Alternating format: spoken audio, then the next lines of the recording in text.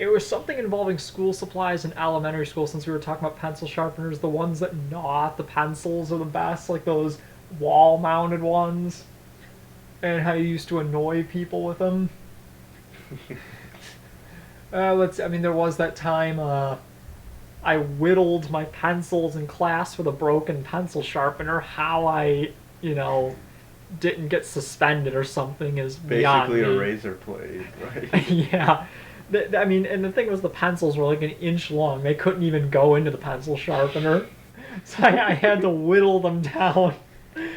When I was in fourth grade, I wrote an entire 5-page essay with a pencil that was an inch long.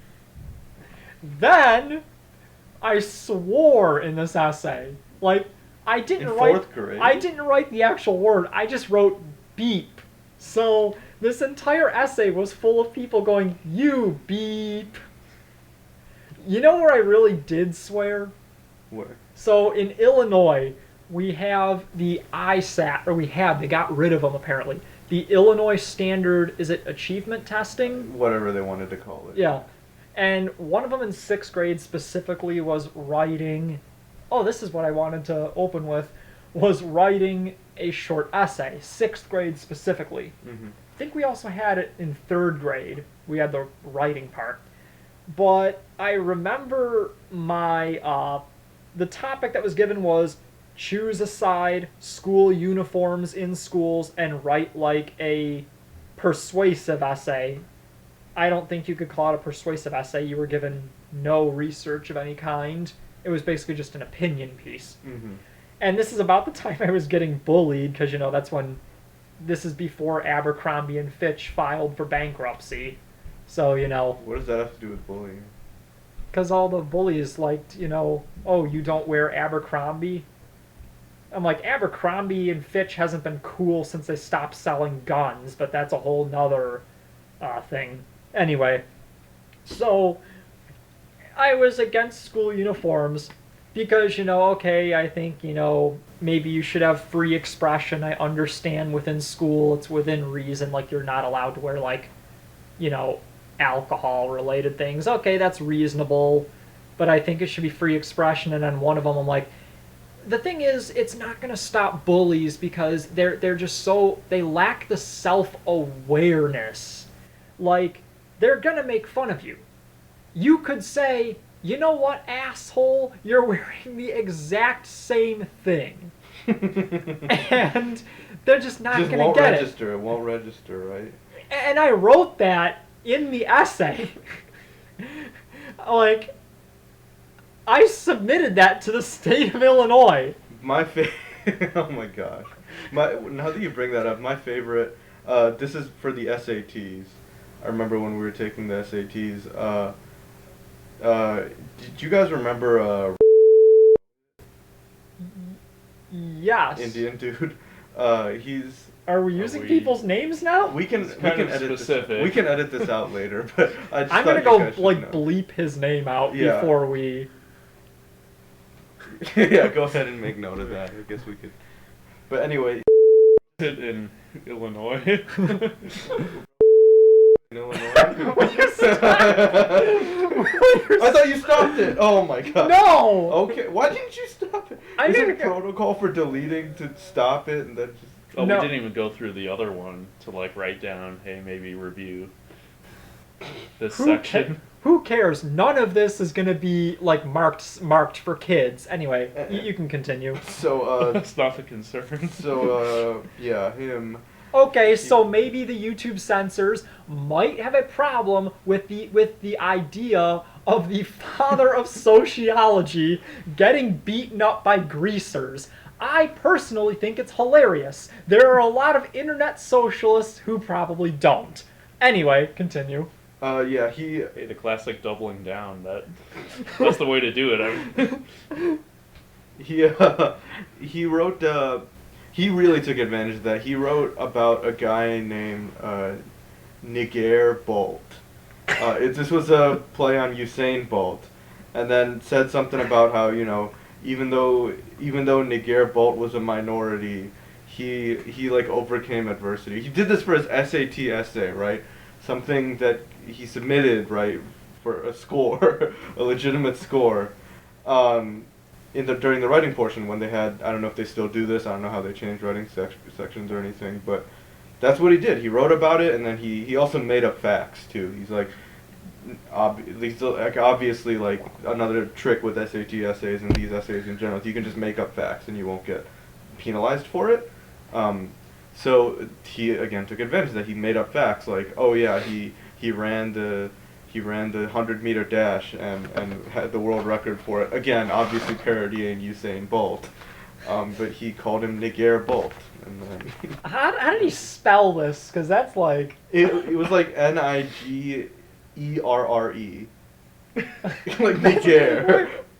Oh, What? It was awful. It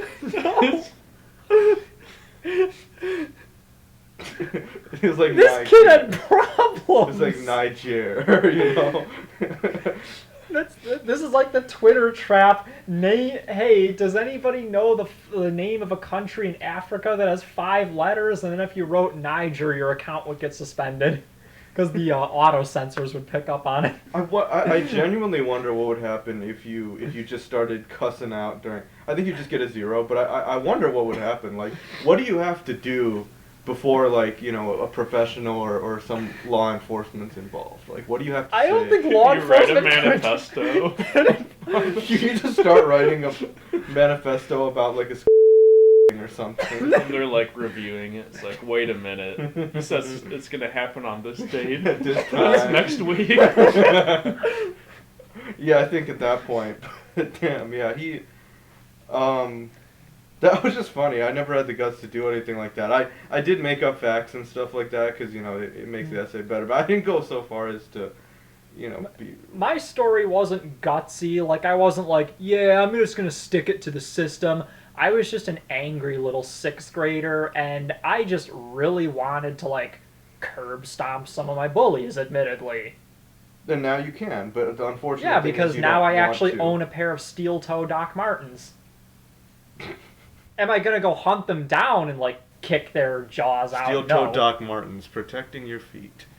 It's like just sponsorship. Just throw it in there. I don't even think they make them anymore. But, you know, yeah. But yeah, Niger Bolt. He's quite a character. He's not a real person.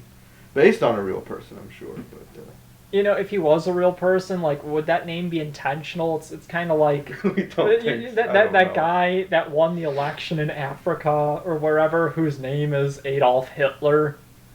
Is there a guy like I that? think there was recently some guy that won an election whose name is Adolf Hitler.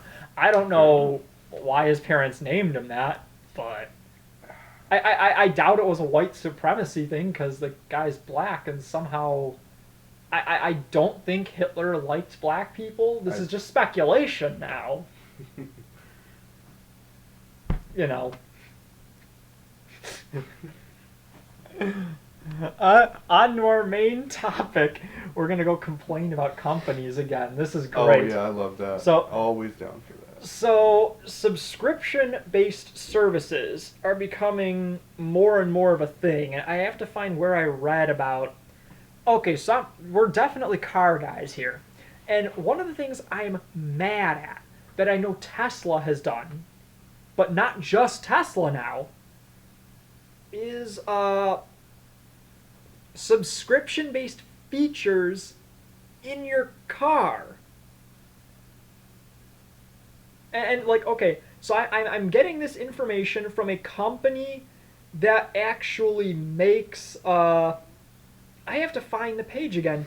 They're a company that makes, like, electronic things. Like electronic, like, connectors and electronic component systems.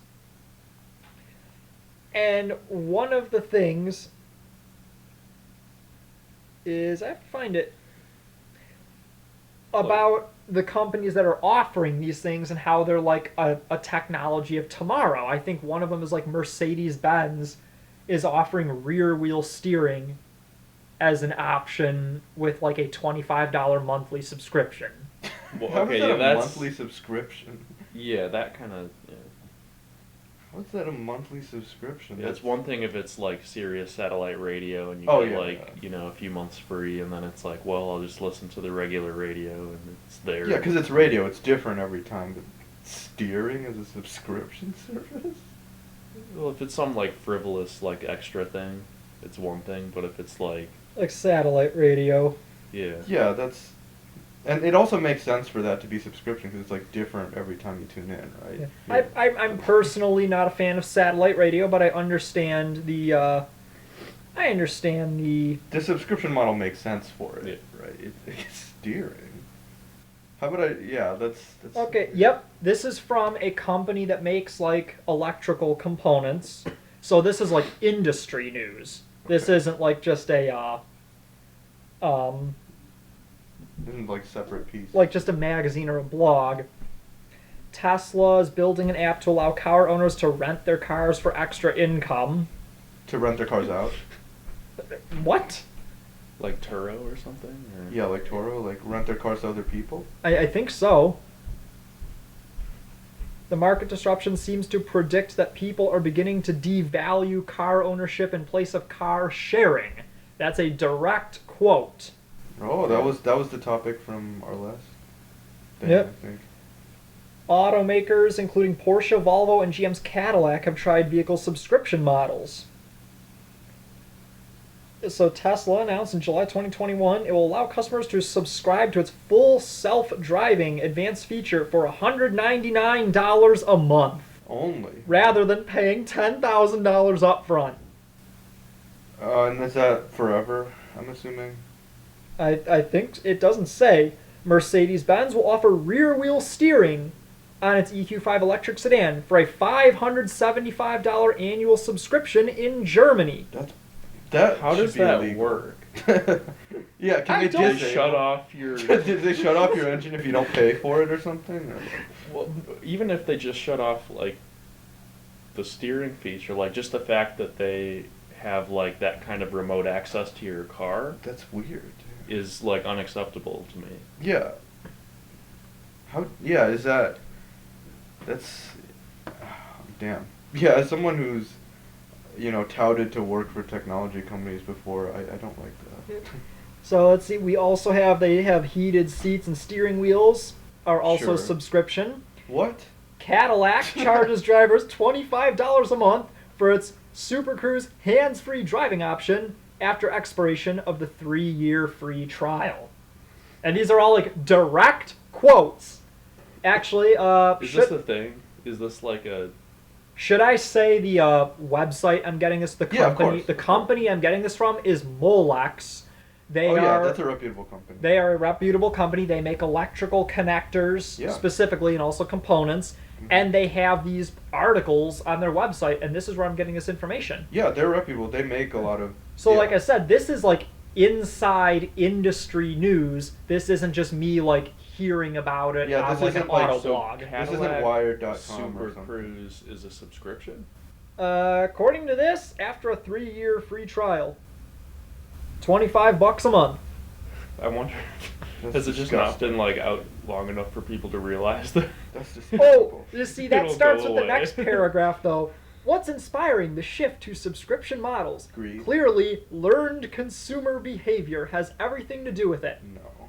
Consumers buy subscriptions in their daily lives for everything from movies and wine to premium shipping services.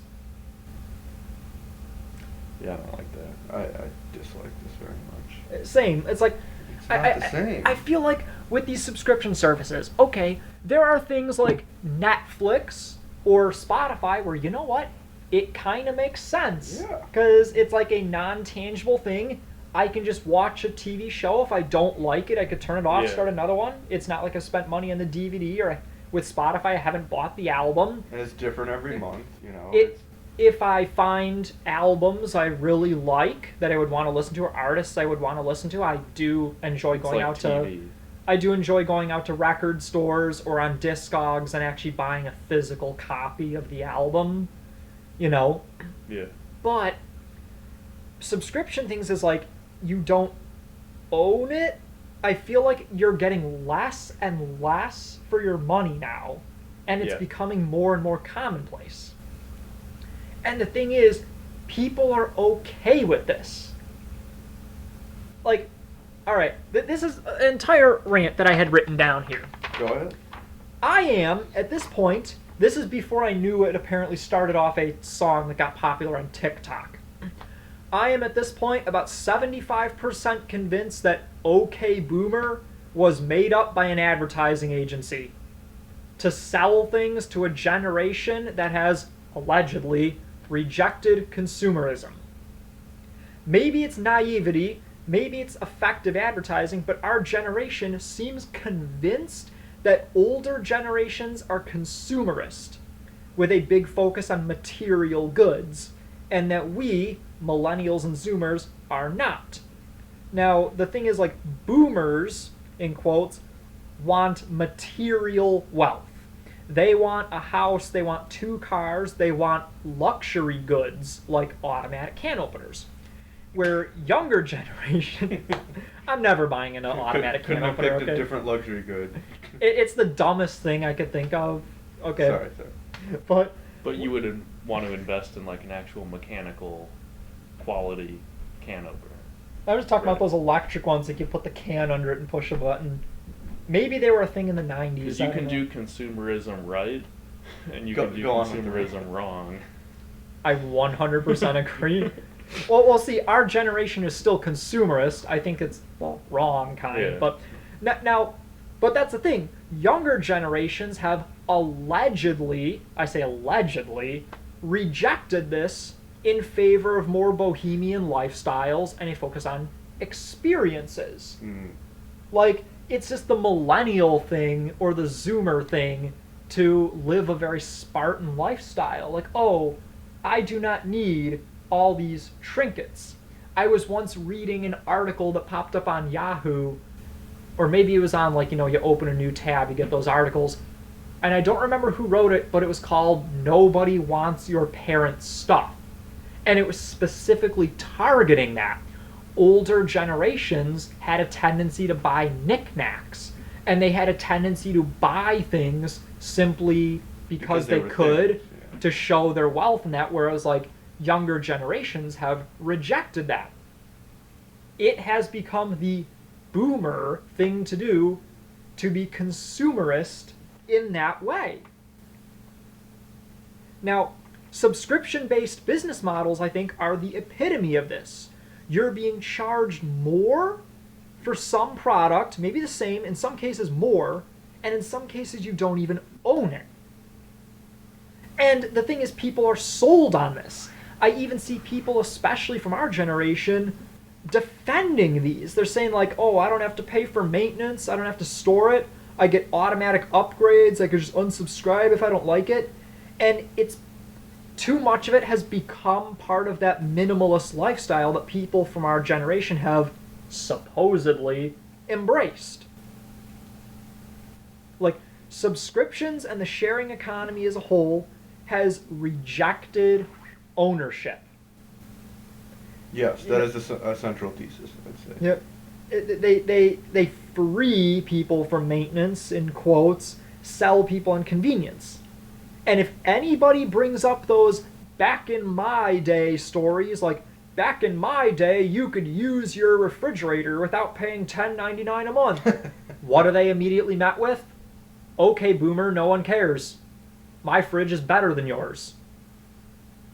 If somebody questions the sharing economy, that they're like consumerist. And it comes down to like an effective way to offer less and less product for the same or more money is to convince people that the old standard of ownership represents something that they don't like. detest. Yeah. It represents an old idea. Oh no, you don't want to have this. No, that's like what your grandpa would do. Instead, subscribe to this service that will deliver things to your door. Like, who has time to go to the grocery store now? when you could subscribe to one of these delivery services that'll just deliver food to your door.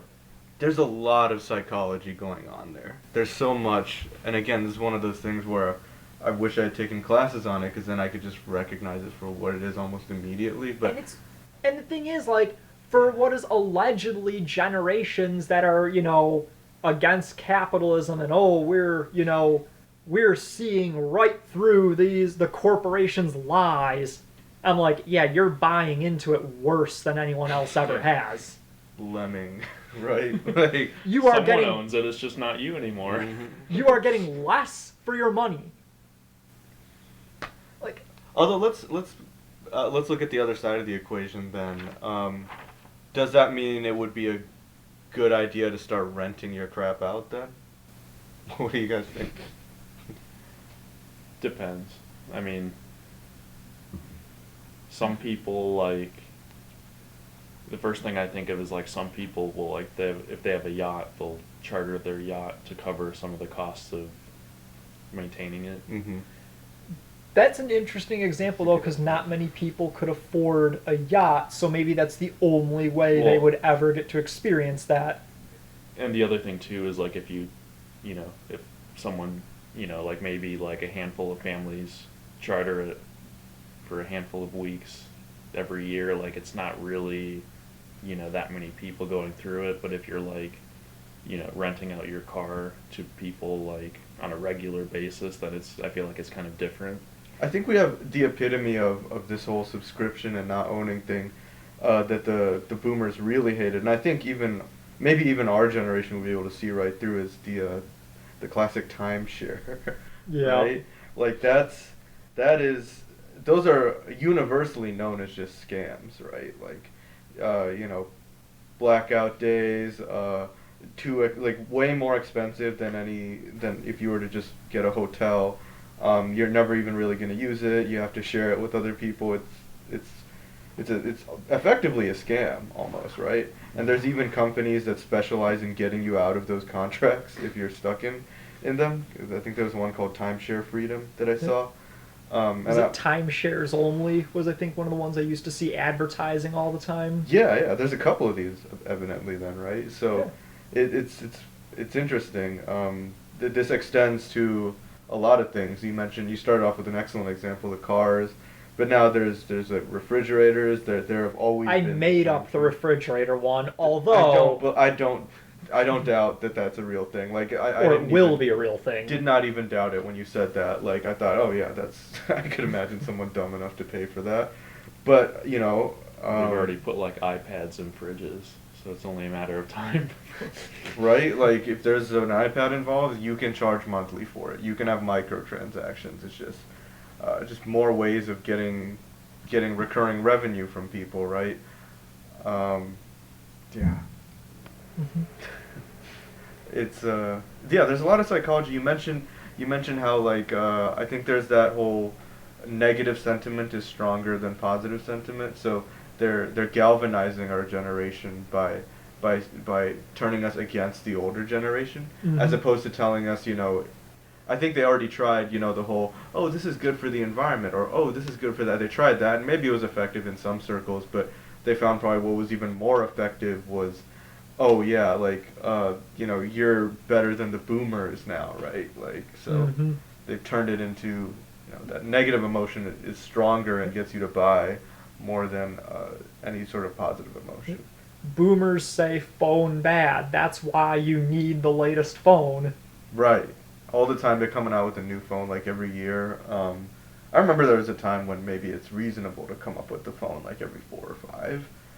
Because actual like electronics technology gets better, but every year. And that's an interesting thing where people be like, okay, boomer, but it's like, how many people had like a Western Electric 302 or like a Western Electric 500 in their house growing up? How many people even know what those are in our generation? Well, yeah. Let's start with that. I found not a rotary dial one, so it was a little newer, like probably post 50s, I think, but a push button Western Electric Princess at my favorite thrift store the other day.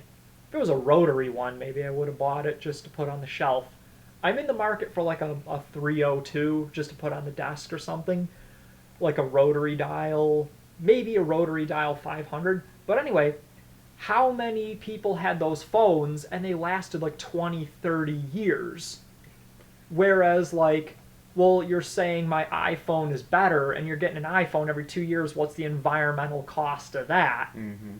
But yet they're convincing you that it's better and that the boomers were the ones that took everything for themselves and left you with nothing. That's why you need to get a new phone every 2 years. Now, there are some things they took away from us, like the jobs and all that, but Mhm. I don't think they took away the, yeah, like I don't think they took away phones, for example, or I don't think they ruined that. And I also don't think one generation could really be responsible for, that whole, ruining the job market. I feel like that's a multi-generational thing. Like, I feel like, the complacency of one generation, the greed of one another, and then, that compounds into, us just getting screwed over for jobs. But I think that also creates some opportunities, right? There's, I believe now, more opportunities to make money if you're creative enough, and, greedy enough, and psychologically bankrupt enough. I criticize it as being like cheap, but at no other point in history could you become an overnight millionaire by developing an app. And I thought it was the stupidest thing. It's not how I would choose to make my money, but there are people that just make an app for the dumbest things and they become millionaires. Or exploit those apps too and make millions. Or Or yeah, that. they clone them. They clone like a trend, right? So one example is hyper casual games. So they were, that's one trend. I know one friend who made one and got like 100,000 downloads. Now they wouldn't. I don't think it's accurate to say that you would become an overnight millionaire. Maybe a couple of $10,000, like a lot more money than you would expect. Well, like TikTok stars and stuff. Yeah, Pretty yeah. quickly, like maybe Yeah, not they'd overnight, make but- like 10,000, 20,000. Like if we were to take a median or average, I guess it's around 10 to maybe even 100,000 or something. The overnight millionaire does happen on occasion. I would imagine maybe we should do some stats on that. I always like looking at the stats for that. That would be interesting, yeah. Like how often that occurs, but to your point about making apps, that is a thing, and it still is a thing. I'm sure you've seen the cringiest mobile game ads that are just god awful. It's the only reason I have Facebook is to be a part of the Facebook group called Cringy Mobile Game Ads, and then occasionally one gets posted and I just laugh at it and then close Facebook. Only good use of Facebook in my opinion, but that does it works, unfortunately. Like the formula is make a dumb mobile game that looks attractive enough to get you to click on it and download it, and then you get 100,000 people to download it, you get 1,000 people to pay $5 for a microtransaction or whatever, and you have reasonably expected revenue of anywhere between $5,000 to $20,000 for an app. And if you're a developer, if you know how to code it, it might be worth an afternoon to make that, and then advertise it, and then it's just your business at that point, just making crappy apps, making awful apps, right? And then that it's a job, right?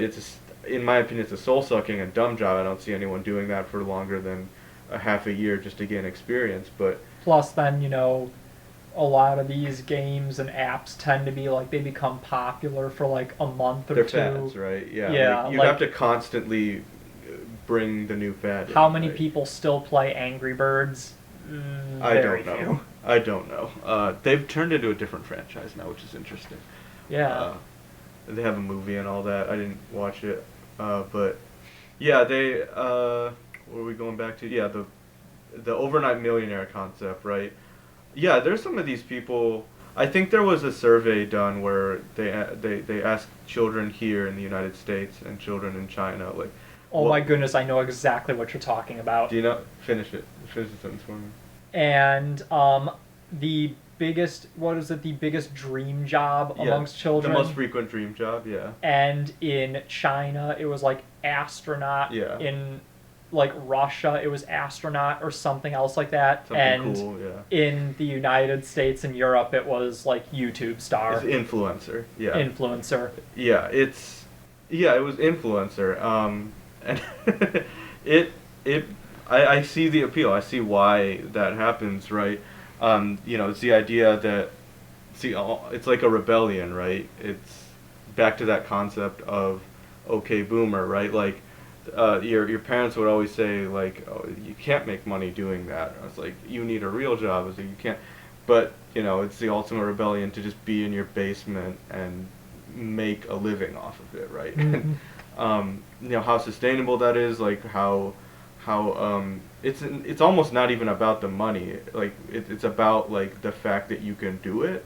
Mm-hmm. Is part of the appeal. It's like getting a regular job, that's boring. That's an expected outcome, right? But yeah, I don't know what it is, and I think it's also a self-fulfilling loop, right? As you see more influencers, you're more likely to. I mean, it's in the name, right? You're being influenced by them. That's the thing. They're not even hiding it.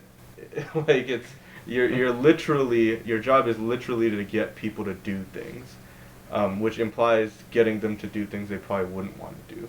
So. Although I think there's a difference between like a general influencer in the sense that they don't have any other specific way to describe what they do, like they're not a car YouTuber or a beauty guru or something like that. It's like they don't have a particular thing, they just exist and influence people because they have a lot of followers and The somehow hot girls they got on them. Instagram. Well, that's an interesting question. They like to model bikinis They- a lot. they- That's where they get their money. Like, That's an bikini interesting deals. question. They influence you Cut that out, by the way. to do Because it might be true, but they're gonna censor us because that's what's actually going on.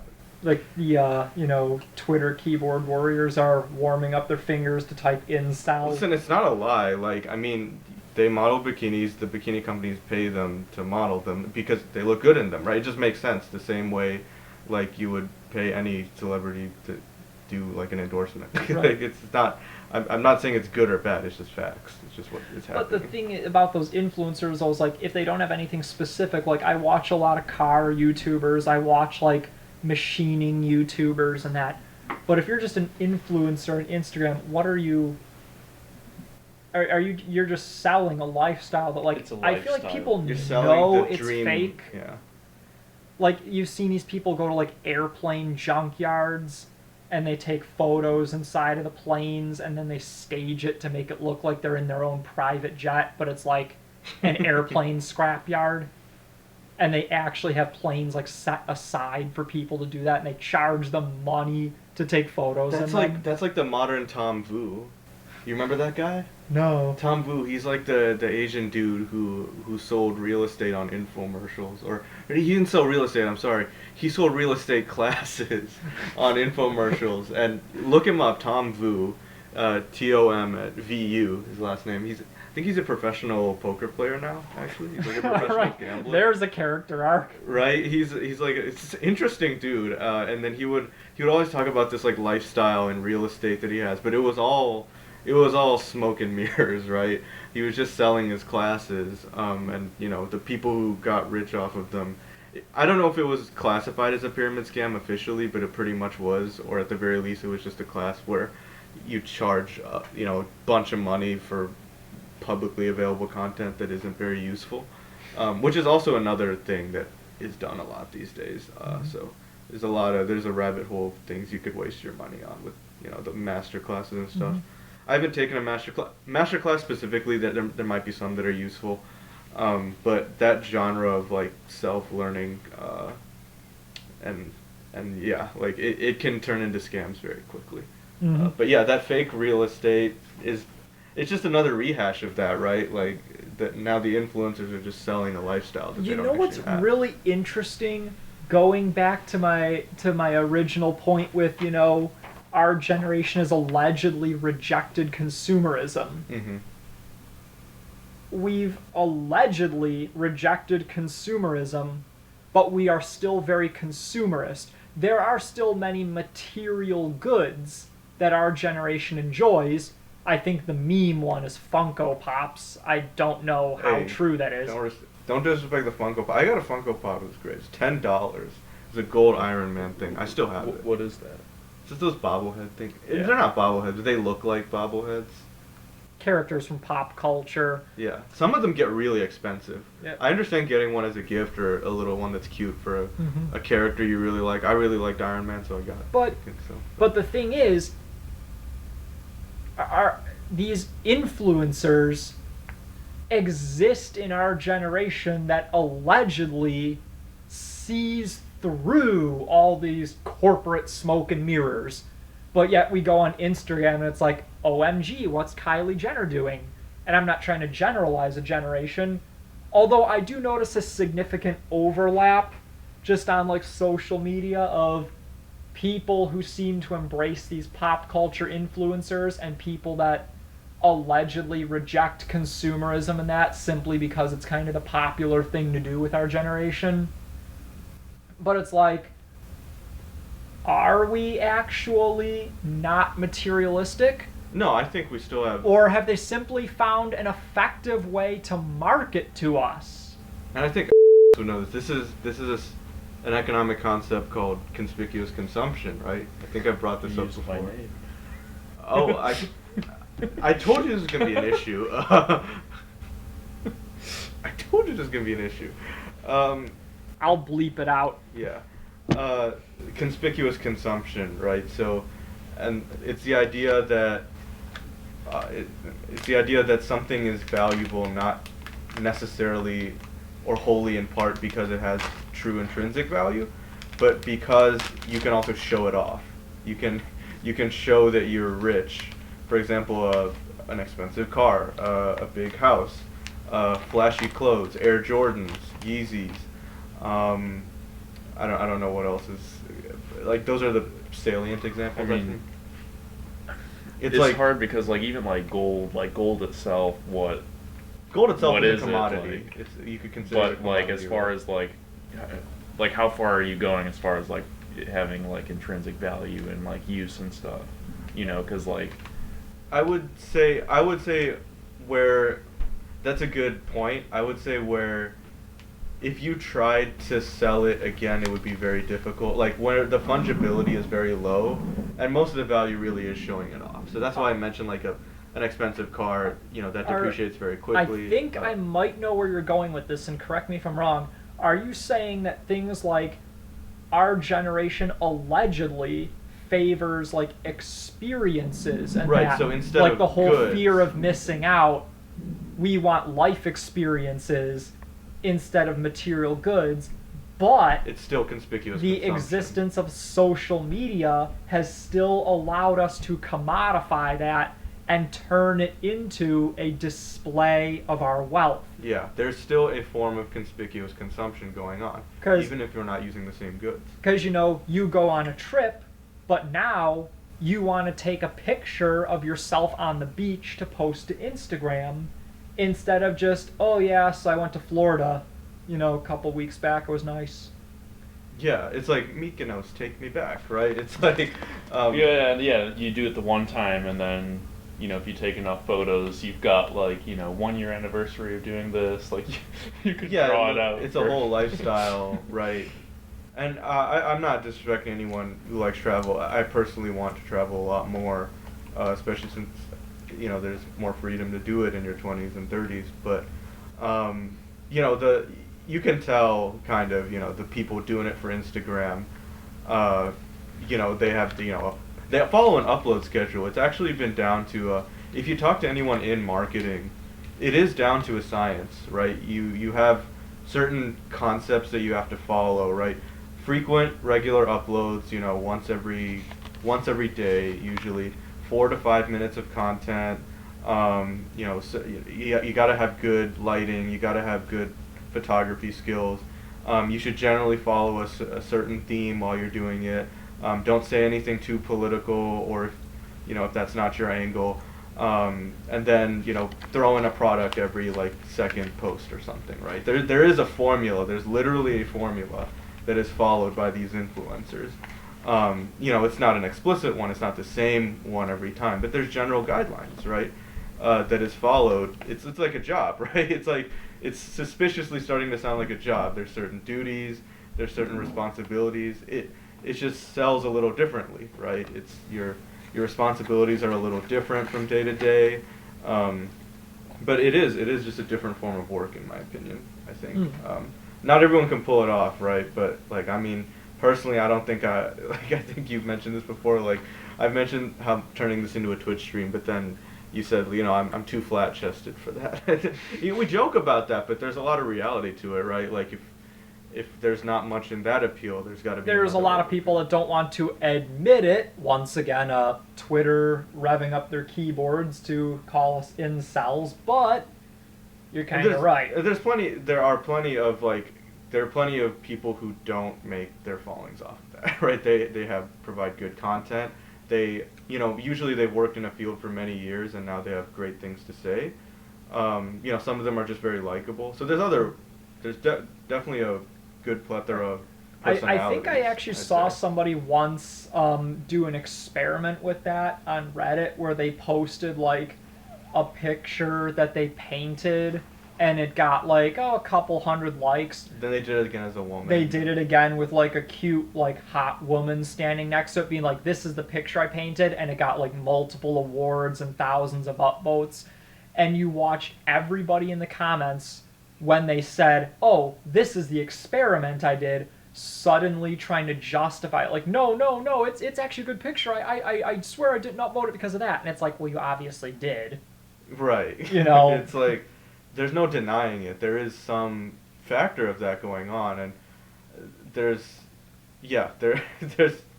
no way around it. Like, that's undeniable proof at that point. And I'm not saying that's good or bad. You don't even need the experiment to know that, Maybe yeah, it's to just like kind try of and quantify it.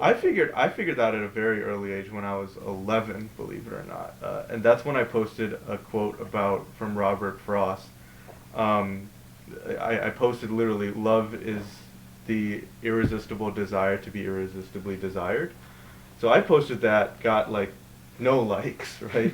And then some girl, I think you guys know her, I'm not going to mention her name, but she posted that literally like 5 minutes later, so it had to have been copied from me, right? If not, it's a really weird coincidence. Yeah, like at that point, it had to have been copied from me, right? So she copied it from me, and then like 10 minutes later, she got like 135 likes. And I'm like, oh, gotcha. I'm not a hot blonde girl. So that's how the world works for me. Well, there's the greater thing, too, that nobody will ever admit it, but there's a hell of a lot of simping going on the internet. But then I thought about it more. Like, okay, cool. So maybe my original thoughts are good. So I think I took a good lesson from that. It's like, just because I'm not this kind of person, my actual thoughts are pretty good. So it just means I need to market them a little differently. So you don't get like value from seeing how many likes you get. You get value from knowing that like the thought that you had was actually like. Yeah, it's like an interesting. It actually has some value on its own, even if it was popularized because of who. Because of who else posted it. Well, it tells me. There's good and bad to that, right? The bad is quite obvious on that. It's like, oh shit, am I just 10% as valuable as her because of my looks? But then the other good part of that is like... To the simps on the internet, yes. Well, the other good part of that is, like I've said before, constraints build character. So it tells me, over time it's going to be, it's... When you have it easy, quote unquote, in some places, you don't build skill in it. It just doesn't make sense to do so. It tells me later on, I can still have these thoughts, and I can still be useful with them. If all I have to do is get a pretty face to say them, I've got a business, right? Like, there's another way to look at that. Like, if that's all it is, if it's that simple, I've got a business, right? And so there's business to that. You know what's really weird that I actually learned in my advertising class in college? Mm-hmm. Is that they've actually found out that having like hot models in advertisements could actually be a detriment if they're completely unrelated to your product. Like, yeah. Like, if you have some hot, like, model, like, woman on the TV trying to sell you an Etch-a-Sketch, you can't exaggerate it. You can't exaggerate it. It's got to have proper context. Like, that whole love is there. That is perfect, right? You would think that blonde woman's gonna get with me now, right? That's part of why it was probably popular for that specific case. I'm not gonna keep going back to that because I'm half afraid you can actually search that. That was like 10 years ago. I don't know if Facebook still keeps stuff like that from that long ago, but Only in their underground archives. only in their underground archive. Um, yeah. What was I gonna say? I don't know. It's obvious, right? Sex sells. That's pretty obvious. Sex Yep, sells. they figured that out a long time ago. They figured that out before, right around the time gender existed, right, which is the beginning of our human existence. I don't know where else we were going with that. Oh yeah, business, right? That's a business, so Yep. just be careful with it. Don't try to sell children's products with it, I guess, is the moral. Other than that, you probably have a good amplifier, right? If we go by likes alone, which again doesn't translate to purchases or anything like that, but 2 to 3 likes to 135. Okay, I have a distribution channel, right? That just means more people will see whatever the hell it is I'm trying to sell. And then of course we're gonna have to actually look at the click-through rate, see if they actually buy it. But if they do, then I'm not going to argue, right? I'm not going to let my feelings get in the way of it. I'm going to hire this person as an influencer, give them 5% in exchange for this extra distribution. Mm-hmm. And when you look at it as a pure business problem, the feelings go away, you make money, and then, interestingly enough, the money makes you more attractive in another way. Attractive at attracting the wrong people.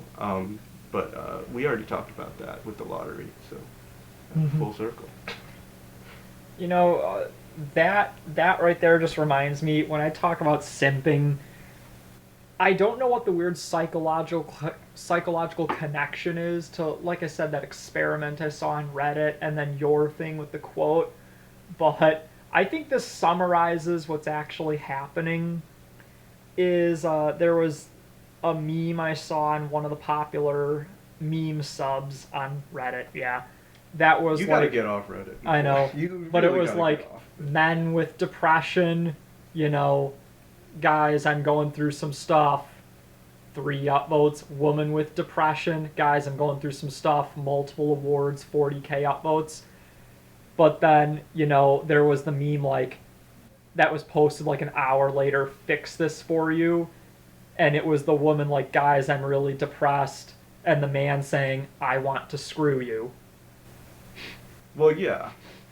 Yeah, there is that going on. Again, like, I mean, if we go to efficient market hypothesis, not all those leads are quality. A lot of them just want to have sex with her. That's, I mean, that's just how it is. It's kind of like how OnlyFans even exists, and people are always like, why would you ever pay for something that's available for free? And I saw someone analyze it once. It's not the fact that they're paying for something they can get for free. They know that. They're after that perceived personal connection. Yes. That's the actual product they're selling. Yeah, they're selling a connection which... I gave her money. She took this photo just for me. Yeah. It must be special. Yeah, it's it can get pretty dark, and I'm pretty sure if you want to look for the results of a society that continues doing that, you can look at Japan. Japan's got some serious social problems, I would say. If we want to look at a future to avoid in terms of what's going on there, we should look at Japan. This conversation's going down a bad road. I mean, it's going down the road it goes down. I mean, whether it's a good or bad road, that's up to interpretation.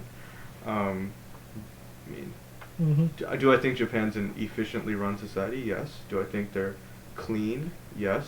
Do I think they're technologically advanced? Yeah. They got some problems, though. That hyper modernization does come with some serious psychological debt right there.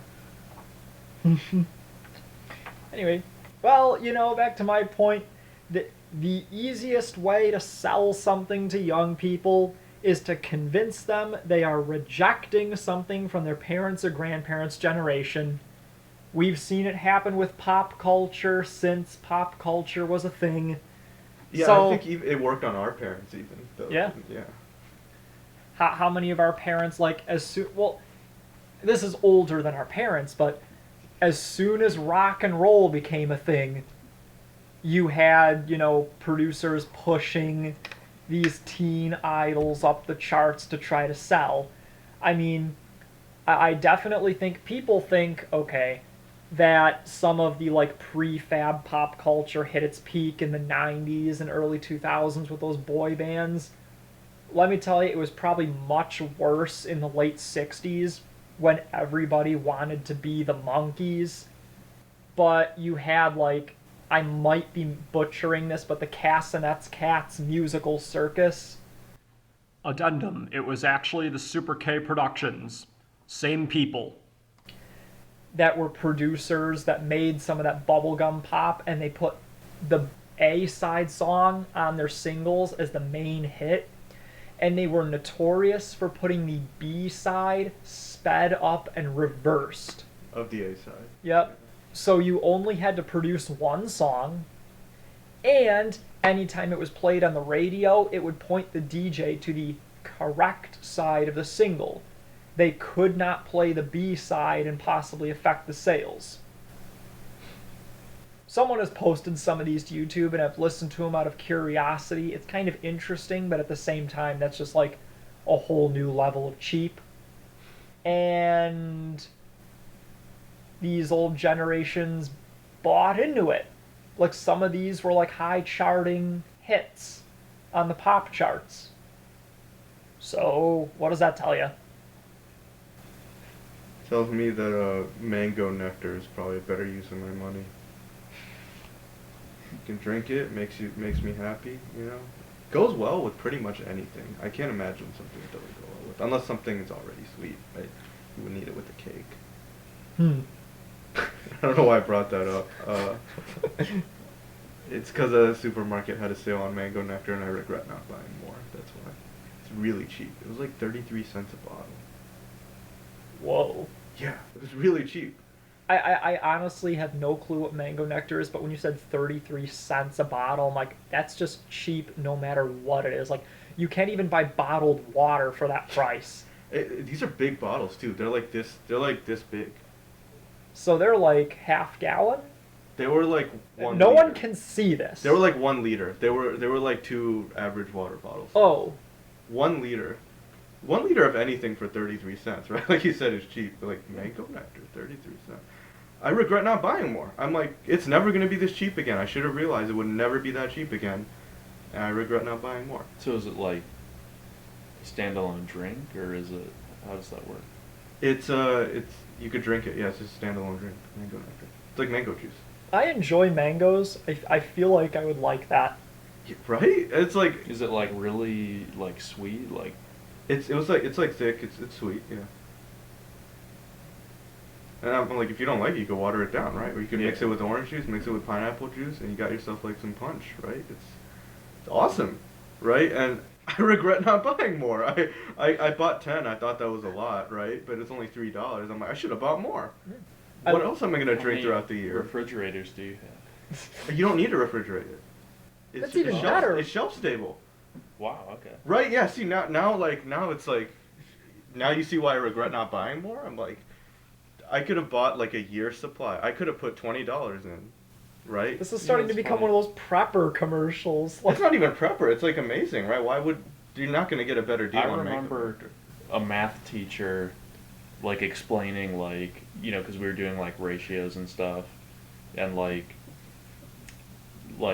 you know, different sized cereal boxes, and how she knew that like the biggest one it's more was efficient. the best deal, but she still didn't buy it because she didn't want it sitting out on the counter. She wanted to like put it in the pantry with the rest of it. So she got the less, you know, right. But this cost-effective mango one. nectar is different. It's shelf stable, right? But you're okay with having like a bunch of stuff around, or Well, just the mango nectar, right? Because it's just such a good deal, the- and I'll always need juice. The interesting thing I'm always about gonna that be drinking juice. is that's the kind of thing you could just kind of put in your basement. As weird as it sounds, like it's a cool, dark place in a sealed container, and it's out of the way. I regret not buying more.